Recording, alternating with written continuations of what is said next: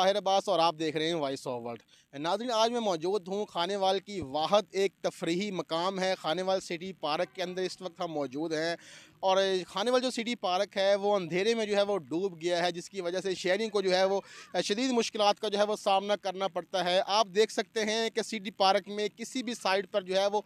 लाइटें जो है वो बंद की हुई हैं, लाइटें जो है वो ख़राब हो चुकी हैं। इसी हवाले से यहाँ पर हमारी शहरियों से बात हुई तो शहरियों की जानिब से बताया जा रहा है कि आज से 1 माह कबल जो है वो बारिश आई थी और बारिश के बायस जो है वो सिटी पार्क की तमाम जो लाइटें हैं वो बंद हो गई हैं और ज़िले इंतज़ामिया की जानिब से, म्यूनसिपल कमेटी की जानिब से ताहाल जो है वो लाइटों को जो है वो ठीक नहीं करवाया गया, जिसकी वजह से शहरियों को जो है वो शदीद मुश्किलात का सामना करना पड़ता है। और दूर दूर दराज इलाकों से आए हुए जो शहरी हैं, जो लोग हैं, जो सिटी पार्क में इंजॉय करने के लिए आते हैं, अपने बच्चों के साथ लाइटें बंद होने की वजह से उन्हें भी जो है वो शदीद मुश्किलात का जो है वो सामना करना पड़ता है।